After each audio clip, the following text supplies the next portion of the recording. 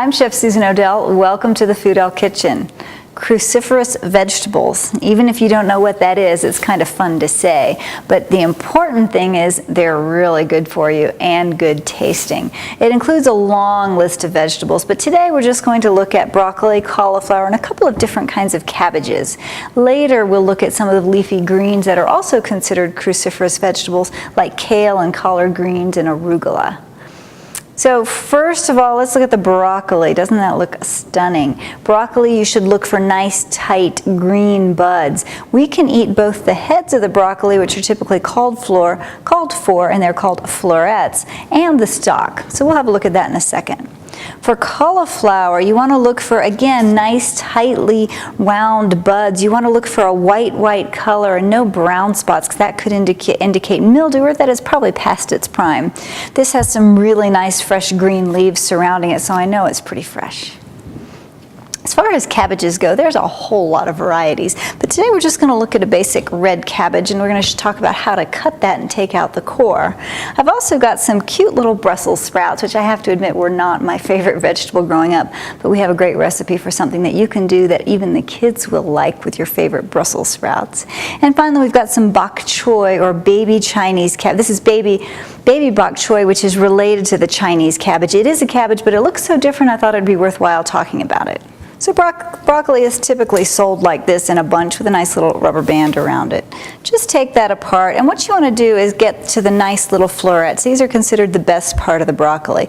I just take the tip of my knife and tuck it right inside there and cut as close to the end of the stem as I can to get nice little florets. Now that's an awfully big piece. It's certainly not bite-sized, so I'm going to cut it just a little more, again by sticking the tip of my knife right inside and coming up with some smaller, more manageable pieces.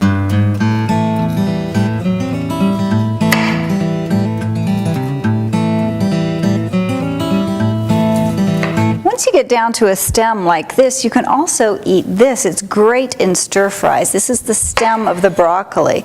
Just slice it up a little bit so you can get a little bit of a flat surface. I'm just getting rid of the big stems that are on the outside. And use a vegetable peeler to come in and peel off the really hard parts of the stalk.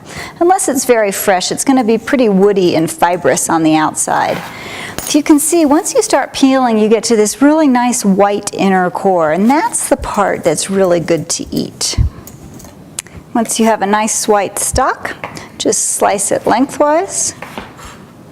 Turn those lengths on their side, slice it lengthwise again, and finally just turn around and chop it finely.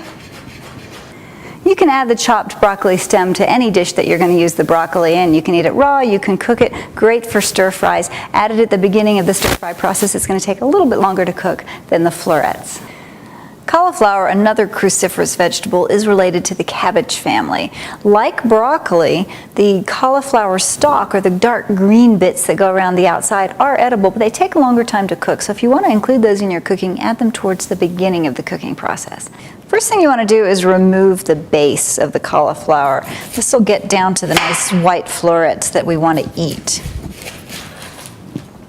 It starts to break apart, and you can see these leaves just come right off once you cut off that nice base. Once you're down to sort of the brain, if you will, doesn't that look like a brain? It always does to me. We can cut it into florets by using our knife to just cut that core out. Dig inside there, and they'll start to break off. Just like that. Now you can see that there's a whole array of stems inside the cauliflower, and that's what we need to get to cut it up and make it into bite-sized pieces.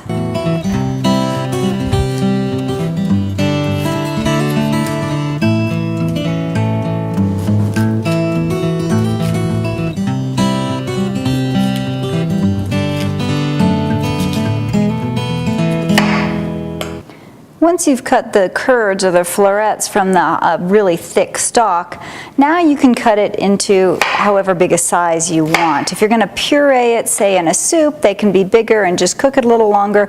If you want to eat it raw, you might want to cut them a little smaller to make them more manageable. When you have a recipe that calls for a head of cabbage, you'll probably want to shred the cabbage. That means you need to remove the core and cut it into fine, fine slices. When you buy a cabbage, first of all, again, look for that tightly wrapped leaves on the outside, no brown spots. It should look nice and fresh and crisp. To attack your cabbage, first of all, cut it in half lengthwise.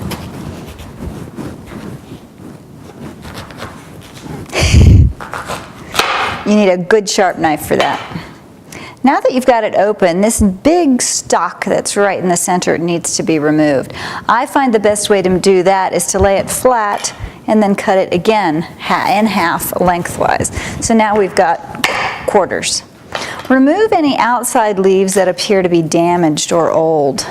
And now that we're down to that, a quarter of a cabbage, you can just cut that wedge right out, that stalk. And you've got perfectly edible cabbage, and that's all that's left over.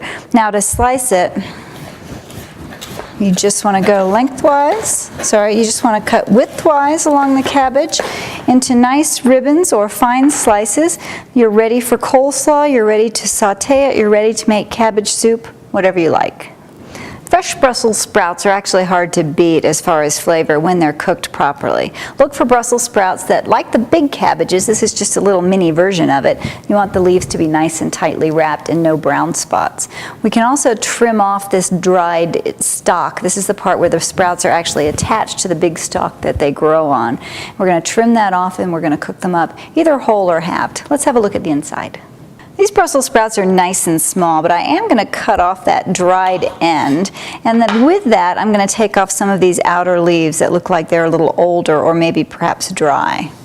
Now I'm going to cut it in half lengthwise, and because when I cook it in butter or little breadcrumbs or herbs or garlic, I can get that flavor throughout the entire Brussels sprout, and they're going to be that much more yummy. And that's all you need to do to prepare your Brussels sprouts. Baby bok choy is called for in a lot of Chinese recipes or stir fries. I'm including it in this section because it is part of the cabbage family. It does have a nice leafy green that's edible. It also has a nice tender stalk that's edible. So let's have a look at how you break it apart before cooking. All you need to do for baby bok choy is trim off this little stem so it breaks down into leaves. Give it a good wash. You're going to get some nice sandy soil right down here at the base. It's also good if you can cut the leaves off and separate them from the stalk, because the stalk is going to take a little longer to cook than these tender leaves. I like to chop the stalk or slice it horizontally. Then you've got a nice crunch in your dish. You can chop the leaves or not, it's up to you. They're going to wilt down nicely when you cook them anyway. But there's your baby bok choy, delicious addition to just about any dish. So these are pretty common vegetables that we're working with today, but they are delicious, they're incredibly versatile, and they're really good for you too. So incorporate them into your diet and we'll give you some great recipes on how to use them. Bon appetit!